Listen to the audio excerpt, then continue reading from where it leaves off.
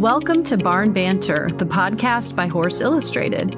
Each month, we bring guests to educate, entertain, or inspire you as you pursue the horsey lifestyle, plus an adoptable horse with a unique story. I'm Susan Friedland, an equestrian author, blogger, and speaker with a soft spot for off-track thoroughbreds. You can find me at my blog, saddleseekshorse.com, or on Facebook or Instagram at saddleseekshorse. And I'm Holly Kakamis, editor-in-chief of Horse Illustrated and Young Rider magazines. You can find us at horseillustrated.com, youngrider.com, and Horse Illustrated and Young Rider on Instagram and Facebook. Welcome to the July Barn Banter. It is pony penning month. Are you excited, Holly, about pony penning? I mean, I'm as pumped as a person can be. That is not going to be there this year, but yes, woo. One day, I know. It is such a bucket list item for so many horse lovers. But I had a FedEx truck here at my house about an hour ago before we started interviewing our guest, and I got 2 pallets of my new book, Swirl, My Wild Island Pony, and it's a picture book, and it is beautiful cover. I should say I got to read a preview copy at AHP conference, and the artwork is beautiful. Is it watercolor or acrylic painting? It is watercolor. So I can't take credit for the art, but my illustrator, Cameron, who is a Pony Club alum, and she's also an eventer, so you would really like her. She did a fabulous job. She does digital watercolor, and she's a Virginian. And so she and I have been working for over a year to do this kids' picture book, kind of loosely inspired by Misty of Chincoteague. So there's an adorable foal and a little girl who wants a pony, of course. And I won't tell you what happens, but it's got a happy twist, pun intended. So there's an ice cream scene, and the pony may or may not have a facial marking that looks a little bit like an ice cream cone. So, yeah. And as somebody who reads a lot of children's books to a child every night, I have to say that I love this one. I mean, of course, I'm a little bit of a biased horse girl that grew up on Marguerite Henry and Chincoteague ponies, but it's just beautiful to look at. The story is, it's easy enough for kids to either read or follow along, and just really fun to look at. And I recommend it. So, thank you. Everyone go check it out. We'll put the link in the show notes so everyone can find it. Swirlpony.com. There you go. Very good. Awesome. But Holly, I've been following along as you were just on a fun, it looked like a family vacay. And I didn't realize it was a cruise, but you were in Italy, you were all over the place in Europe. So I understand you saw some mules. Do tell. So one of the cruise stops was Santorini, Greece. And I had heard of it, of course, but I was not familiar at all, with the location. And it's basically at the top of a cliff. So you sail up to the bottom, get off the boat, and you have basically 3 options at this point in time. There is a very steep kind of switchback sidewalk, ramp, whatever you want to call it, very steep to the top of the cliff. They call it a staircase, but it's more just like a ramp with a few stairs. And there are mules that take you for what is currently 10 euros, either up or down, if you want to ride it. And these people are not people that know how to ride, but they just put you up there and get you to the top. And until 1990, apparently that was the only way up on foot or on mule. And now there are gondolas, but the line for the gondolas was like an hour and a half when we got off the boat. So we decided to walk up on foot. And so you didn't go for the mule option. I was ready to. I just kind of wanted some exercise, and I was not sure my 6-year-old would make it because it is intense. I would say it took us I don't know if it took us an hour, but you're just going straight up the cliff. Like, it is crazy. But he made it. We took some little breaks, but we got passed by some mule riders saying, "Are you sure you don't want to put him on a mule? Like, can you make it?" And they call them donkeys, but I'm here to tell you, as an equine person, these were mules. Some of them looked like half draft horse. Some of them looked very small. So they had all kinds. Of course, I was interested in that because I'm horsey, equine. It's fascinating, equine culture. But, I was like, oh, maybe they have like the draft ones in case like a really large man wants to ride up. No, we saw a gigantic man put on probably the smallest one in the entire string pass us. So I'm like, well, what's the point of even having these draft mules if you're going to... But there were so many of them. They just have like a big lineup at the bottom of shade and the top.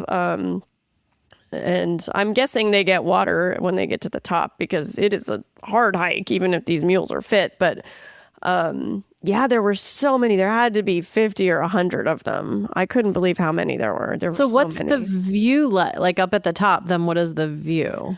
Oh, the view is just out over, the Mediterranean, and there's other small islands nearby. It's all very like volcanic. We got a little tour of how like the volcano deposited this color and that color, and this was the ash, and this was from, not that long ago. Like the whole thing was only 500 years old, the little island we went to on a boat.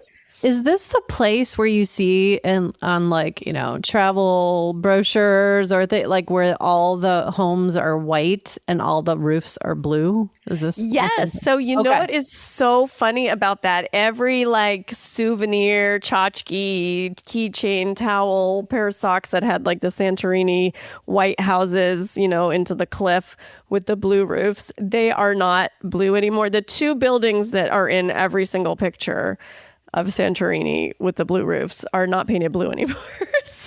But in all the souvenirs, they are still shown. So what color are they? I think they're all just like white or beige, which is very sad. Like, why don't they make their most famous? And I don't know if it's someone's house or a private church or what it actually is that they just were like, we don't care. We're just painting it whatever we want.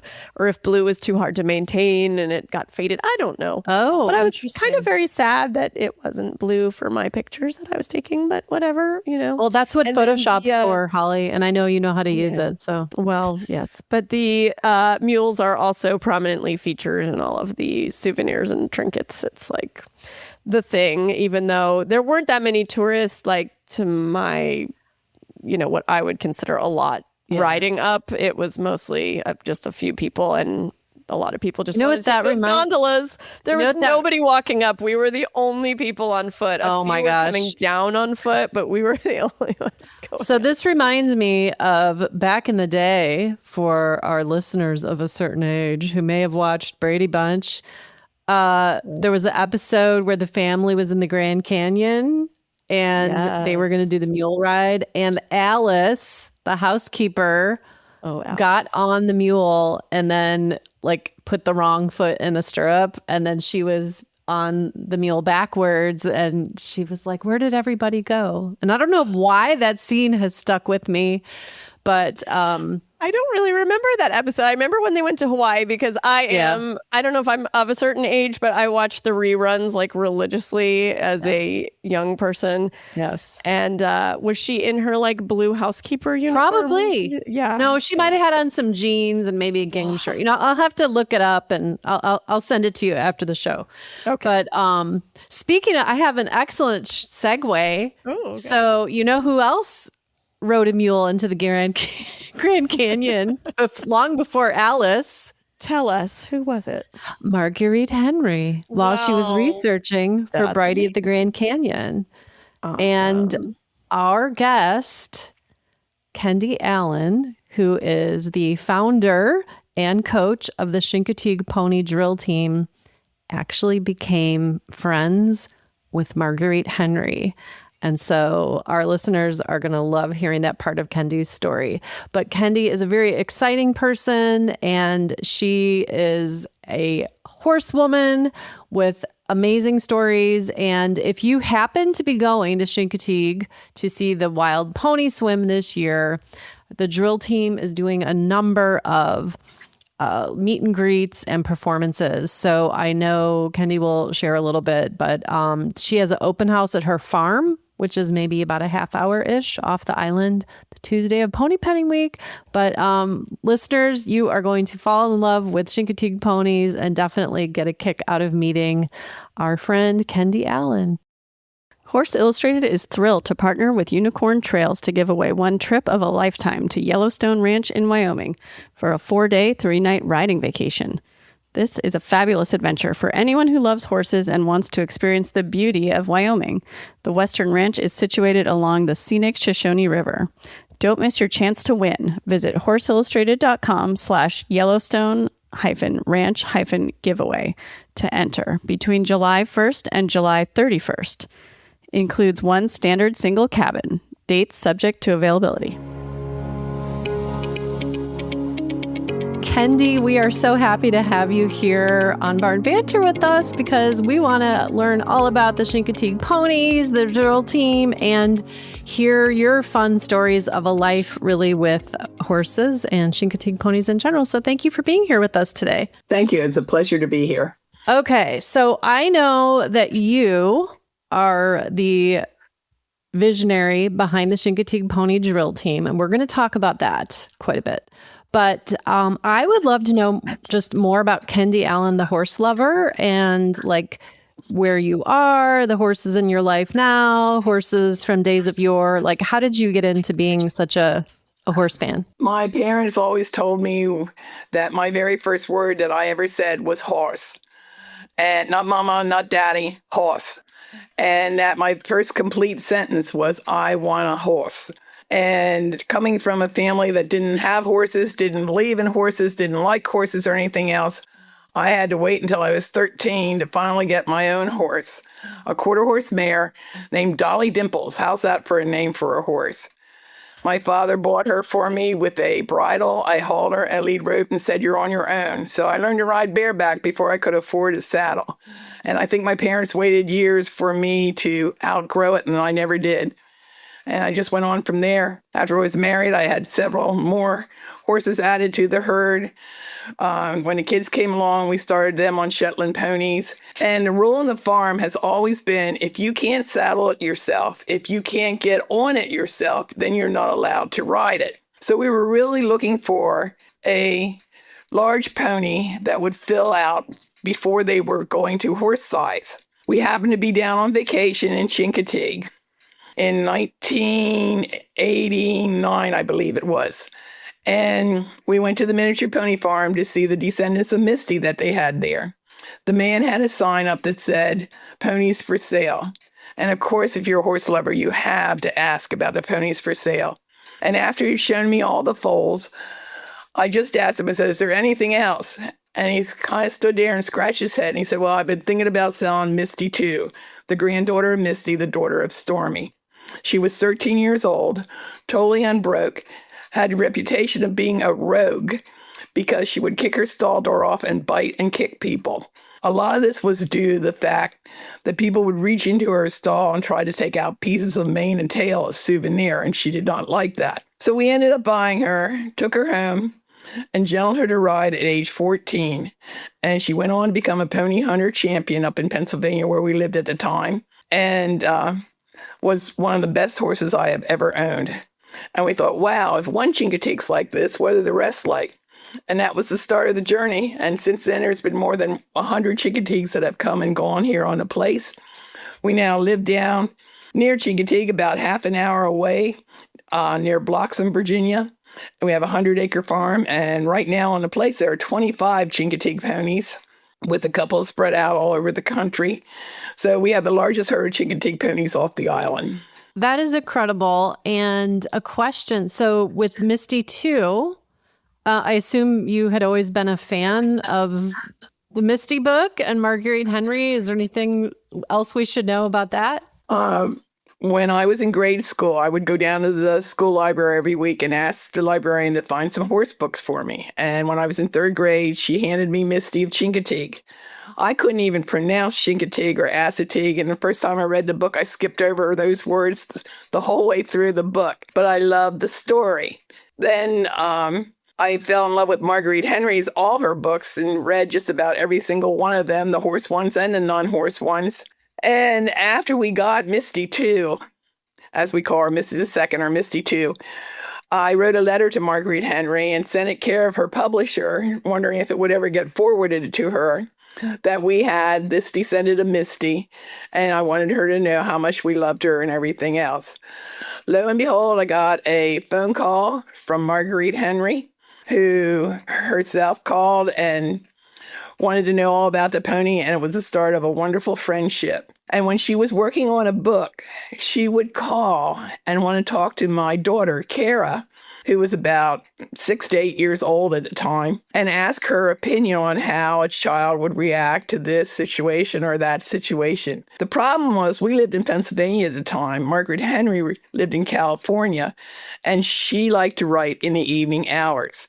So it wasn't uncommon that she would call at 11:30 at night and ask to speak to Kara. And I would always get her up, and Kara would talk to her, and I'd hear them giggling to each other and everything else. And it was just a very special relationship.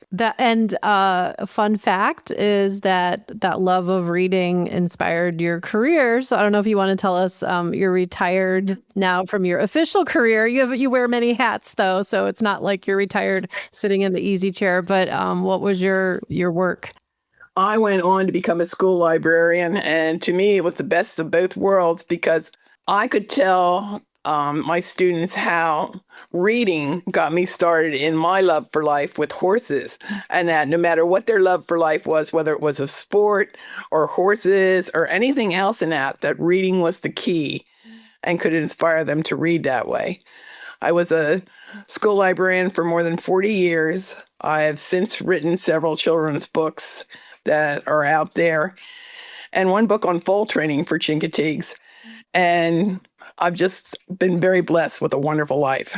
Okay, so fun fact, Holly. So I've known Kendy for several years now, but early on, she had her Full Training 101 book, and she slipped it to me. And I'm like thinking, why in the world? I'm the last person that would be getting a Chincoteague foal. So I think she's secretly plotting something.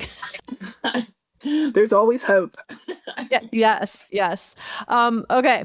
So let's talk a little bit about the ponies you have right now. I know you have a foal. I kind of follow along on the socials and stuff. So you had a foal this year. Maybe you can tell us a little bit about him and maybe we heard about Misty too, but I'm sure you've had a lot of other fun personalities and still do on your farm. Right. We specialize in Misty family ponies. We have the last great-grandson, Misty 2's Henry, who was named after Marguerite Henry, here on the place. And he's the oldest at 27. And the youngest was born on April Fool's Day this year. He's a black foal, totally black, with just a little bit of stripe of white on one hind hoof, like he was dipped in the paint and they missed that spot. He is the son of Misty's Storm Chaser, who is a black and white pinto. And he is named Sirocco, Siroco, which is, by definition, is a dry spring wind. And if you know anything about the weather here this spring, it has been so dry. We are in a drought, and it just seemed to fit him so well. But over the years, there's been a hurricane and a tornado and a cloudy and a partly cloudy and a rainbow and a raindrop and heart of the storm and all sorts of names like that. And we just can try to continue on with them. I refuse to name one earthquake, and I refuse to name one tsunami. Tsunami because I can't spell it right. And earthquake, I refuse to go out. All my horses know their names and come when they're called. I refuse to go out in the field and yell, earthquake! And neighbors might not appreciate it. Oh my gosh. So not everyone listening to this podcast has had a chance probably to be up close and personal with a Chincoteague pony. So maybe you could just give us a little rundown on like a breed profile based on your experience living with them for so many years now. What do we need to know? I like to say that a Chincoteague pony has a horse-sized brain in a large pony body. They are very intelligent. Sometimes they're more intelligent than their owners. They are very willing to please, and they love people. The biggest problem the Chincoteague pony has is as a foal. Too many people buy them who think they're taking home a puppy. And I don't care whether it's a Chincoteague foal, a quarter horse foal, a saddlebred foal, or any other breed of foal. Your first horse should not be a foal unless you have a fully trained trainer in foals to work with it all the time. Because horses never forget anything that they learn, and they can learn something bad so quick. So if you get a Chincoteague foal and you know what you're doing, you have a 3 or 4 year experience before you're even going to be able to really ride it. We like to gentle ours to ride when they're 3 years old. We give them an extra year for their knees to close and for them to mature a little bit. And for on the drill team, we don't start them until they're about 6. So speaking of drill team, thank you for that nice segue. Tell us about the pony drill team and your inspiration for creating that. And then obviously we want to know where people can see them this summer and that. In 1989, I think it was, I may have my dates slightly wrong, but somewhere around there, Briarfest invited Misty 2 to come down to Kentucky Horse Park to be part of Briarfest. And while I was down there with her, I got an opportunity to see the state competition of drill teams. And I just fell in love with it. And while I was sitting there watching them, this bright idea came in my head. Hey, we have enough Chincoteagues at home. We could have a Chincoteague pony drill team. At the time, I was a 4-H leader, so I went back and asked some of my very experienced riders if they would be interested in forming a drill team. And we did, and I got some extra help from some people in Kentucky to get started and know what I'm doing. And 30 years later, we are still doing the Chincoteague Pony Drill Team. We have traveled all over the eastern United States, performed at international events, national events, and local events. And we were doing quite a few local events this summer. A lot of them in July, some at the BB Ranch, some at the Carnival Grounds for the firemen. And then we have our big open house, which you've attended here at the farm, the Tuesday of Pony Penning Week. I think it's July 28th this year. And do you have extra things going on because it's the 250th by chance? Or we have a couple more parades that we're doing. We were asked to go to a big parade up near Washington, D.C., on that date, but also the county seat of Accomack County, which is where Chincoteague is located, asked us to be in their parade. And we always try to favor the local over the long distance because we feel like we should support the local people because they support us. So we'll be in the county parade, and we'll be appearing at the carnival that night before the fireworks. Oh. Okay, so tell us a little bit about maybe, I know there's not like a typical drill team pony or a typical drill team rider, but if you could give us maybe a profile of what the rider needs to know and do, or what types of ponies you're looking for. Because I assume not every pony you have at your farm or that you've bred has been a good fit for that. A Chincoteague pony that is good for drill has to be very level-headed and very experienced in many things. A lot of our drill team ponies do eventing and showing on the side and get experiences that way long before they get into drill. They average between 13 to 14 hands. Every now and then we have one that's 14, 1 or 2. And they have to enjoy the work because the way we do drill, it's very close quarters. Lots of times the girls' stirrups are banging against each other because they do close contact work. As far as the riders, our riders, you had to be at least 16 years old and you had to have at least 8 years of experience riding. And I'm not talking about taking a lesson once a week, but I mean really riding. Because when you do drill, not only do you have to worry about yourself and your horse, but every single horse that is around you and every single rider. We have a couple basic rules. I don't know. Number one, if everybody else is wrong and doing the wrong thing, then you better be doing the wrong thing too, rather than you sticking out like a sore thumb because you're doing it right. And number two, keep the forward motion going. No matter what, you do not stop. You keep the forward motion going. Number three, if there's no blood, there's no tears. All right. And number 4, if you fall off the horse, you have 3 seconds to get back on and continue the drill. Those are our basic rules. Wow. So I think Holly wants to join. It might be a bit of a commute. Yes, I saw Susan's article about the drill ponies and was so impressed. They just look so good. And I've done a tiny bit of quadrille on my Eventer, and it was so hard. It was so much harder than anything I've ever done. So it looks amazing, but yeah, I'm a long ways off from that. So, Kendy, I think you met my sister, Linda. So she's taken up riding again after she retired. And so we have these visions of we're going to do a pas de deux at one point. And our local dressage chapter woman said that she could make up a class for us if there wasn't one at one of the little virtual shows. Anyway, so I'm like, okay, let's practice. And it's just the 2 of us, and we're sisters. So, like, we're not going to easily offend each other. And it is just, I think about you guys when I'm in there trotting around, and I'm like, well, no, go faster. Wait, my horse has a longer stride than the one you ride. It's just, yeah. So I have so much respect.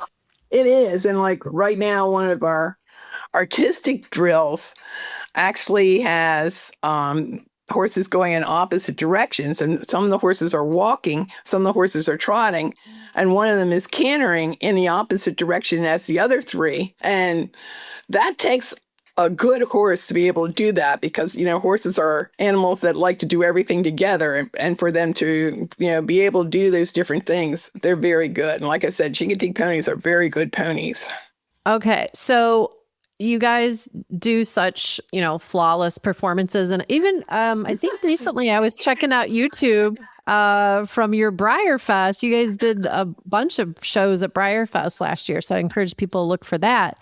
But what are some maybe times where you've had a blooper or 2, or just kind of fun things happen that maybe didn't go as planned?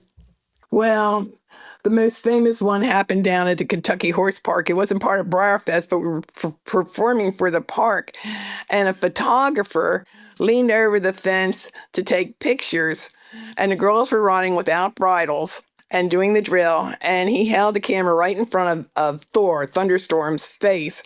And it made this whirling noise. And he thought it was a bee. And he bucked.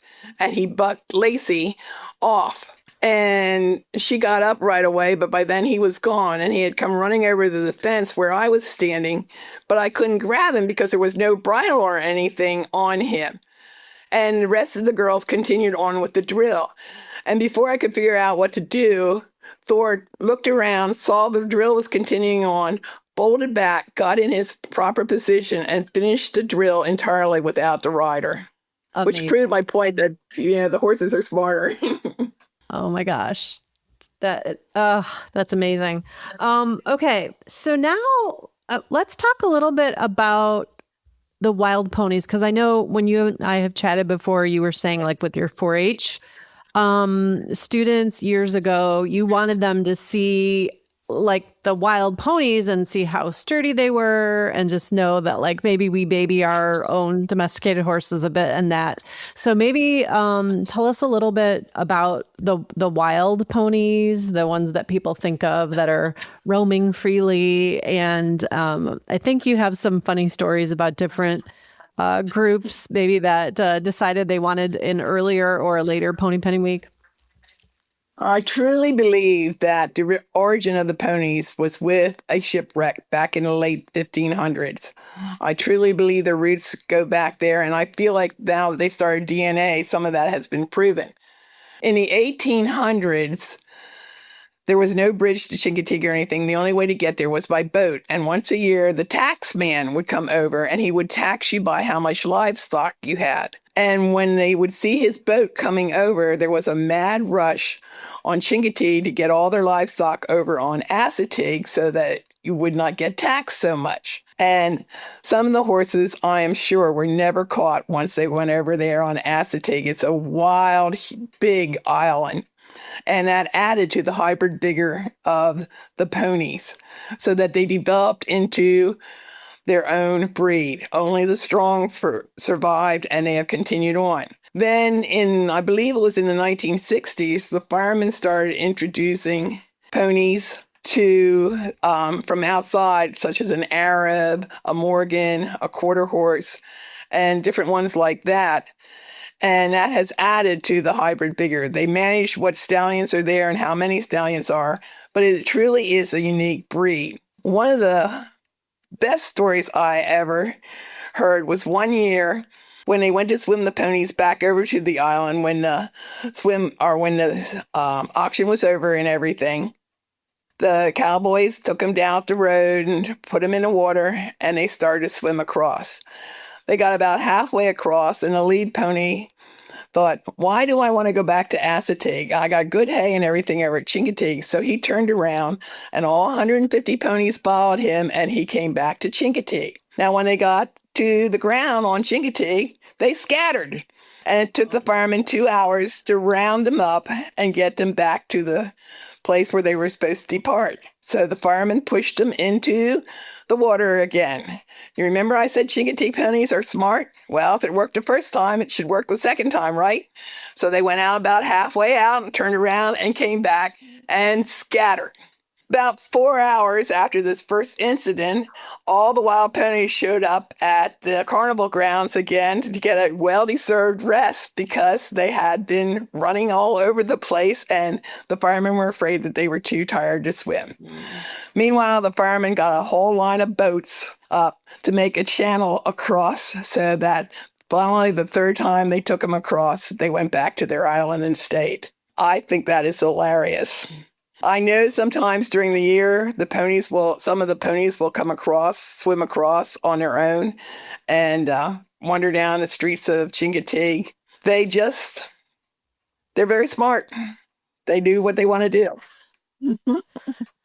That's really fun. So would you have any advice if someone wanted to visit your area, Chincoteague or Assateague, or your farm, whether it's during the famed Pony Penny Week at the end of July or just some other time? Any advice for first-time visitors who, like you, just love the ponies? A good way to see them is usually a boat tour. You almost always see ponies on a boat. If you're not here during Pony Penny Week, that would be a good way to start to see them.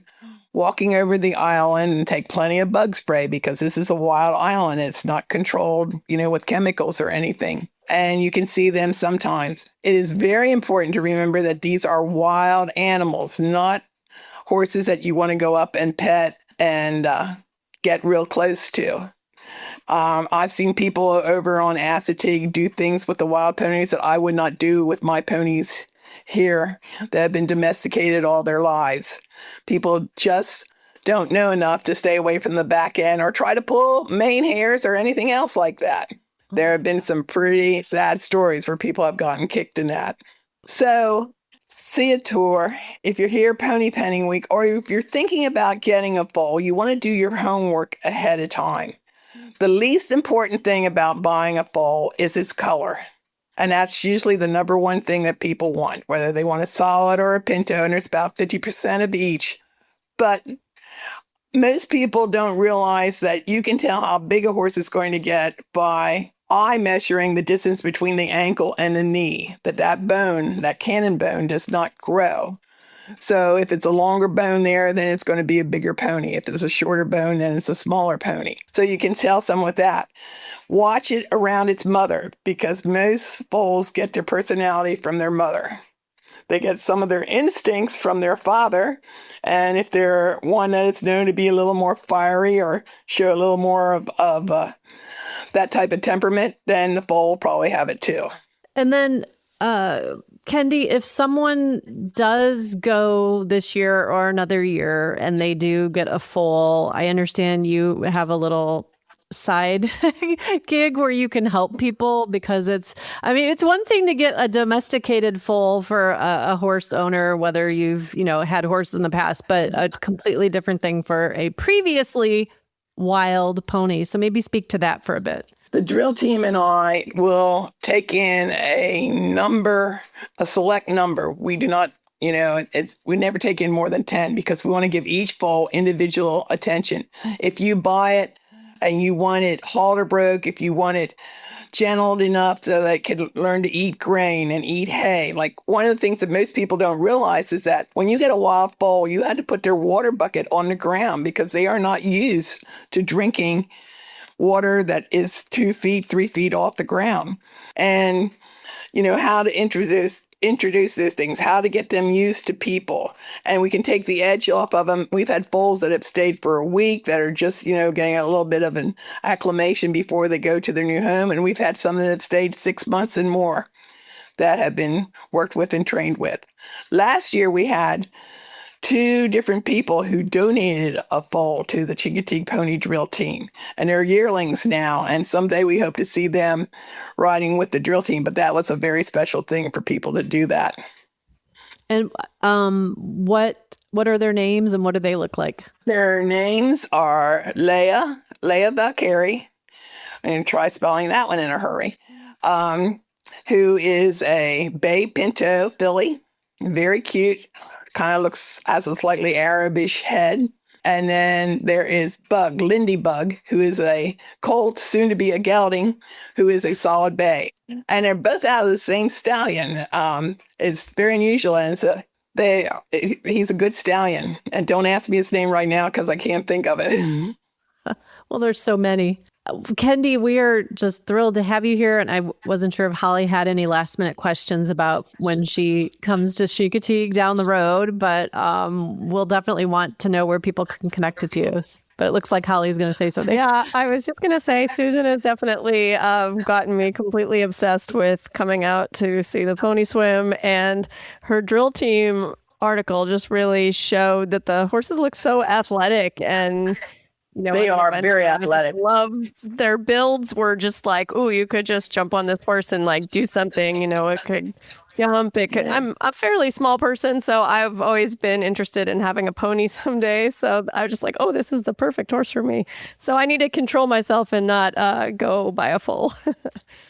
Well, you need to come and see the ones that we have, not just the foals, but the full-grown ones and everything. You can get right into it. One of the wild pony foals that we got several years ago, I remember Maureen Beebe, who was quite the horseman, helped me load him. And she told me, she said, one of the foals that you have on there is really, really good. And I, of course, said, which one? And she pointed it out. And we named him Chincoteague Cowboy.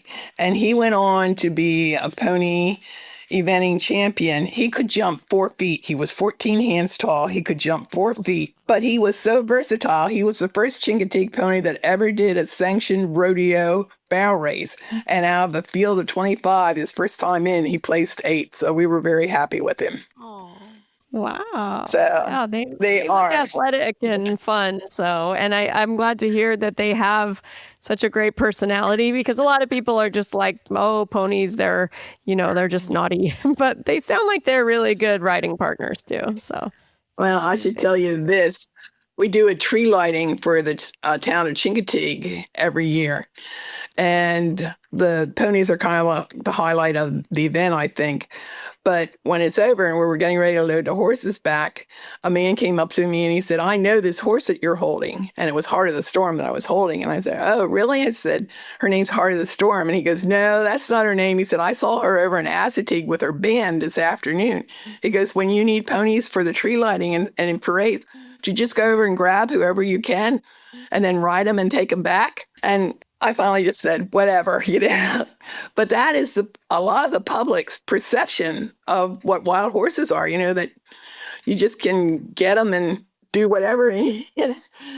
And I mean, you're just chagrined by the public today, and what the public knew 50 years ago is incredible. Yeah. Borrow a wild pony for the day, and when you're done, return it to its natural state. Yeah, we would definitely recommend going and getting something with some training on it already, at least for me personally. That is what I prefer. Riding in the dark, yes. Around a lit Christmas tree, a wild pony. Yahoo! Amazing. Amazing. So Kendy, maybe tell us again, if there are people listening who would like to come to your open house, Pony Penny Week, and then where else can people connect with you and find out more about what you do? All right. Go to our Facebook page, Chincoteague Pony Drill Team, and it's in italics. And like us, follow us, and we have all our events that we're doing and everything on there. The open house is always the Tuesday of Pony Penning Week. This year is July 28th from 10 to 2. The drill team will perform. We will have a parade of Chincoteague ponies. We have pony rides. We have a silent auction. I think you're going to be there, aren't you, Susan? I would love to join you there. Yes. Yes, you and some of the other associations are going to be there. We have a silent auction with some really neat stuff. And the girls are going to compete in what we call the Extreme Pony Race, which is like a cross between trail class and racing. And we'll see who survives that. It is totally free. There is no charge for it to enter it and see it and everything. And the main reason we do it and the main reason we have the Chincoteague Pony Drill Team is we want people to see what these ponies are like when they are full grown and trained, because everybody sees them every year as the wild pony foals, and then you never see them again. But we can see them again at Kendy's farm in Bloxham, Virginia, or at one of your many parades and other drill team performances. Right. I should have said, too, that the Monday, the day before that, July 27th, down at the downtown park, the Reed Park, we do a shortened show for people at 1 p.m., which has become a favorite. And it's really neat. You can go see the show. And then right afterward, the theater shows the movie Misty. So it makes for a good afternoon. An amazing afternoon. I know Holly will be there with us one of these Pony Penning Weeks, Kendy. I'll keep working on it. Okay. Thank you so much for your time, Kendy. This has really been so much fun to chat with you. And we really appreciate what you're doing. Keep up the great work with the ponies and the drill team and just, inspiring us all. Thank you. Joining us this month for our adoptable horse, we have Bonnie McRae. She's from After the Races in Maryland. And Bonnie, thank you for joining us. Thank you for having me. I'm excited. Yeah, so today we have a beautiful, or should I say handsome, off-track thoroughbred named Drink with the Stars. And hopefully everyone will go check out his pictures on our show notes. But he looks just gorgeous, and I want to know all about him. I love thoroughbreds. I've had 3 off-track thoroughbreds, so I love to hear about them. So let us know all about him, like what his personality and suitability and all that kind of stuff. Sure. Drink with the Stars. We actually call him Cosmo for short. We've had him now for quite a while. He's one of our longer-term residents. He came to us right at the beginning of what was probably our worst winter we've ever had. I think a few people can probably relate up in the Northeast. But he's been getting back to work here the last month or so, and he's had kind of a unique journey because he raced, I believe, 21 times at Charlestown in West Virginia, and then he went from there to a prison program in Virginia called the James River Foundation. So he had a whole year being handled by inmates and taken care of and getting a lot of groundwork and kind of experience that way, getting to let down as a horse and, had a bit of extra time compared to most of the horses coming into our program. So by the time he got to us, he'd had a year off the track. He'd been let down. He was really well handled. He was in pretty good shape. He'd had a whole year to develop really nice feet. So now that he's here, he has been going back to work. We're doing walk, trot, canter with him. We have started taking him on trail rides at the big Fairhill Park across the street from our farm. He is just such an absolutely wonderful guy to work with. He's very chill, very laid back, very sweet. He is, a volunteer favorite here. Everybody can catch him, lead him, handle him. He's been doing a lot of groundwork in our round pen with some of our volunteers who are learning more about restarting an off-the-track thoroughbred. So he's been a really good teacher. He does have some changes in his knees that he retired from racing with that on radiographs look pretty ugly, but he's one of those horses that never saw his radiographs. So he is very sound, and he is absolutely suitable as a trail horse or a low-level dressage horse, really kind of any sort of low-level job that somebody might have. And I know there's plenty of us out there that just enjoy an easy time with our horses these days. So he definitely is one of those, and he has the temperament for it. So Yeah, I watched his videos on the Right Horse listing page, and he definitely has that look of a chill thoroughbred. I used to own one. I called him my grandma horse, and I couldn't believe that horse ever raced and was fast, but he was just... Yeah. He didn't want to go fast. He was like, you could put your grandma on him. And I just love that, chill personality, because I think that's what most people honestly want. Mm-hmm. And he just looks, super cool and like, nice to look at. Everyone likes a nice, beautiful gelding like this, I think. He's the perfect size really too. He's 16'1" and he's pretty stocky. So he's a pretty good sized guy in terms of, probably what he could carry around the trails. If you ever had a husband or a friend who wanted to pack around with you, he'd probably be one that they could, borrow for that kind of ride. But he's just been great. I mean, he's never batted an eye at anything. He's always had a lovely canter, which is so nice right off the racetrack. Like, it's very, very comfortable. He, went right through the water when we asked him to. When he first saw it, he's a very curious and very brave guy that just, for the right person would be a really fun project to bring along, That's awesome. And it looks like he's 7, which I think is just such a great age, not a baby that doesn't know anything, but also not, a senior, a horse that you're going to get to spend a lot of years with, which is always nice. And it looks like he can be turned out with different types of horses. Can possibly even go barefoot, which we like to hear. He's barefoot right now, and we're doing a good bit of riding with him, and he's holding up great. We do put boots on him, hoof boots, when we do the trail rides, just to protect his toes, but he's very comfortable, and he's been turned out with mares and geldings, even a miniature horse. He's very easy, and, it's one of those that's probably still here because he's so easy to have around. We haven't exactly been in a hurry to, kick him out the door. Like, well, not that we ever do, but, he's just one of those that would probably fit into almost any, barn or routine. He doesn't have any vices. He's happy to come in if you want to bring him in.